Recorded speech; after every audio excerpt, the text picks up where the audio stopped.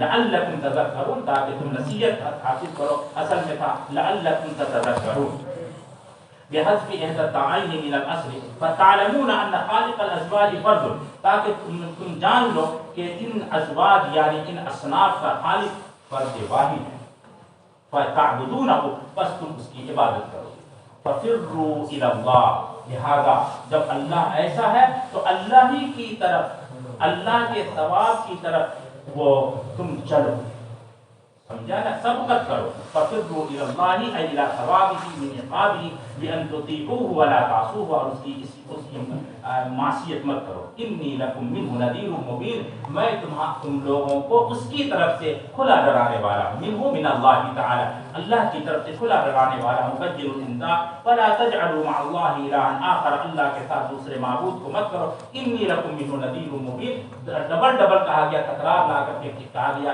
کہ میں تم کو اس کی جانب سے کھلا ڈرانے والا ہوں، یقدروا قبل ففروا، ففروا سے پہلے مقدر ہوگا قل، ففروا سے پہلے قل، قل ففروا، آپ فرما دیجئے، اے نبی آپ فرما دیجئے، سمجھا نا، یہ نبی سے ارشاد فرمایا جا رہا کہ ایسا کرو، ففروا سے پہلے قل جو مقدر ہے، قل لهم كذلك ما أتى الذين من قبلهم من رسول إلا قالوا هو ساحر أو مجنون، یہی حال رہا، ایسا ہی الامر كذلك، ترتیب کر لیجیے، الامر امر الامامی كذلك، یعنی كذلك کو خبر بنا لیجیے، مثل ذلك، امر الامامی مثل ذلك، امتوں کا معاملہ ایسا ہی رہا، کیا کیسا رہا، ما اتی الذین، یہ اس کی تشریح، اس کی تشریح، کذالک کی تشریح، آیا سمجھ میں آیا،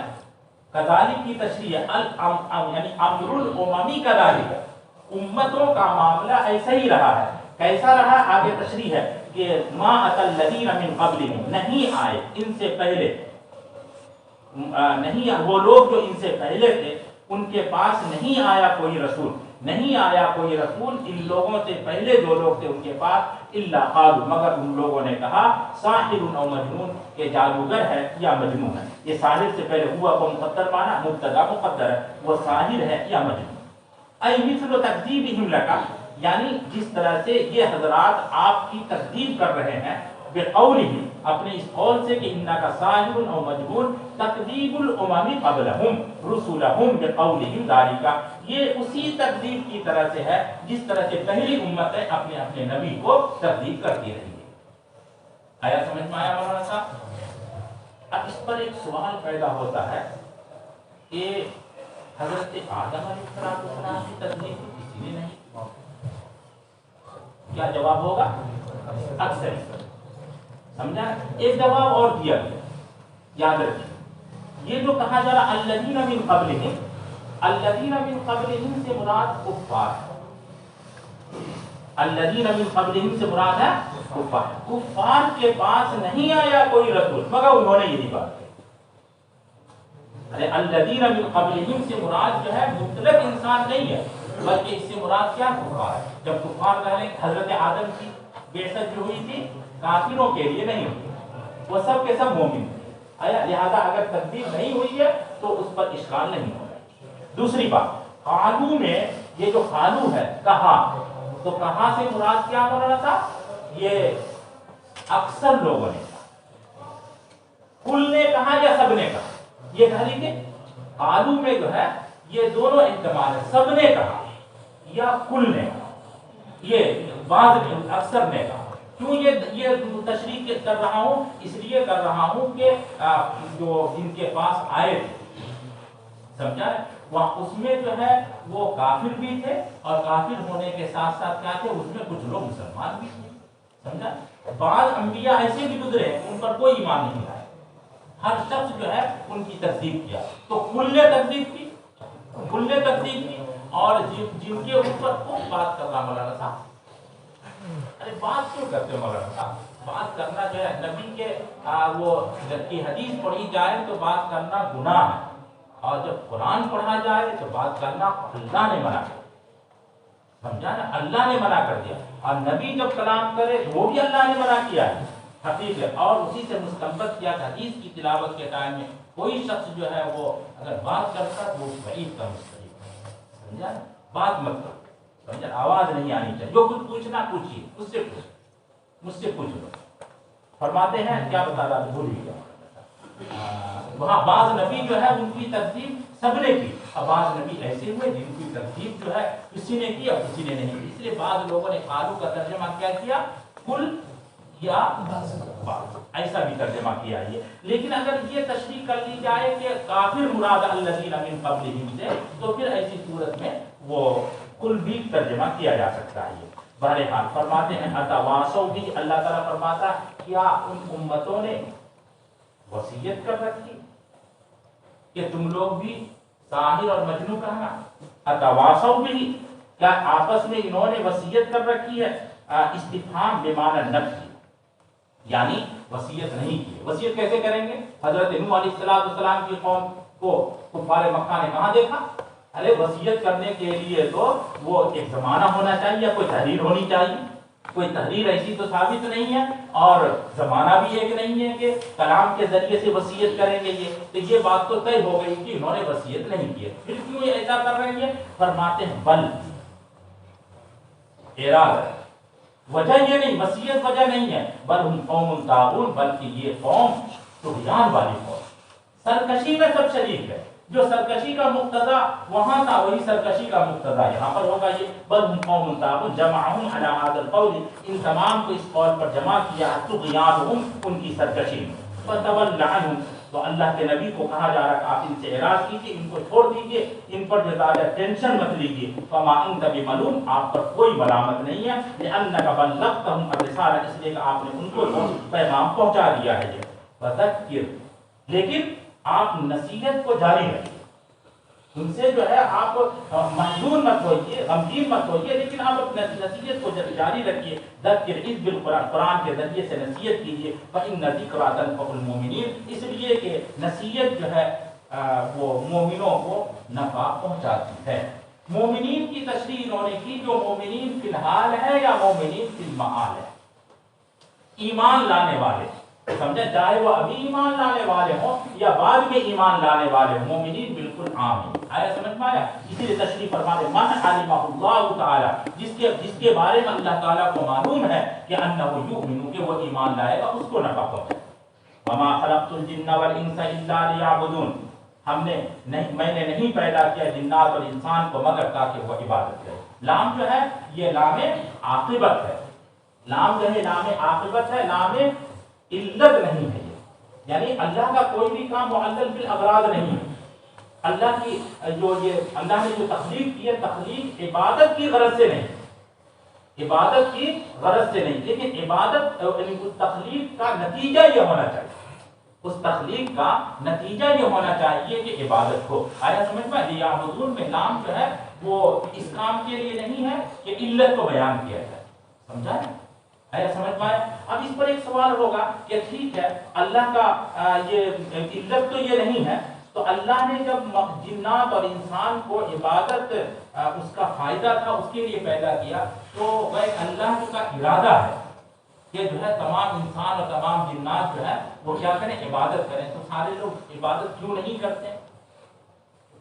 کیوں نہیں کرتے ہیں؟ تو اس کا جواب یہ دیتے ہیں کہ غرض کا متحقق ہونا لازم نہیں ہے، غرض کا متحقق ہونا لازم نہیں ہے۔ کہا جاتا بغیت ھذا القلم لأکتب، میں نے یہ قلم بنایا ہے، پہلے قلم وہ لکڑی سے بناتے تھے، تو برا یبنی کے معنی ہوتا ہے وہ قلم بنانا۔ حضرت اسماعیل کے قصے میں ہے کہ حضرت اسماعیل کے پاس جب حضرت ابراہیم پہنچے تھے تو وہ تیر بنا رہے تھے، یبنی النبل، وہ لفظ آتا ہے، سمجھا نا؟ تو قلم بنایا تاکہ میں اس سے لکھوں، لیکن لکھنا کوئی ضروری نہیں، مقصد وہ ہے، اس مقصد کا پورا ہونا یہ ضروری نہیں ہے۔ اس کو ذکر فرماتے ہیں کہ لا ينافي ذلك، یہ منافی نہیں ہے کافروں کے عدم عبادت کے، عدم عبادت الکافرین، لأن الغایۃ لا یلزم وجودها، اس لیے کہ مقصد کا وجود ضروری نہیں ہے، مقصد کا موجود ہونا لازم نہیں ہے۔ کما فی قولک، جیسا کہ تمہارا قول بریت ھذا القلم، بریت پڑھیے گا، برا یبری، برا یبری، بریت کے معنی قلم کو چھیلنا، لکڑی کو چھیلنا، فرماتے ہیں برئت ھذا القلم لیکتب بہ فانک قد لا تکتب بہ، بس کبھی کبھی آپ اس سے لکھتے نہیں۔ اللہ فرماتا ما اريد منهم من رزق، میں ان سے رزق کا طالب نہیں، اپنے لیے بھی نہیں، ولانفسهم وغیرهم، اور دوسروں کے لیے بھی نہیں، خود ان کی ذات کے لیے بھی نہیں۔ جیسے انسان جو ہے کسی غلام کو خریدتا ہے، تو غلام کو خریدتا ہے تو انسان کا یہ مقصد ہوتا ہے کہ اس غلام سے ہم کو نفع ہوگا، سمجھا، اور غلام سے کام کروائیں گے اور وہ اس کسب سے ہم بھی کھائیں گے اور خود یہ غلام بھی کھائے گا، اور اس غلام کے علاوہ ہمارے گھر والے بھی کھائیں گے۔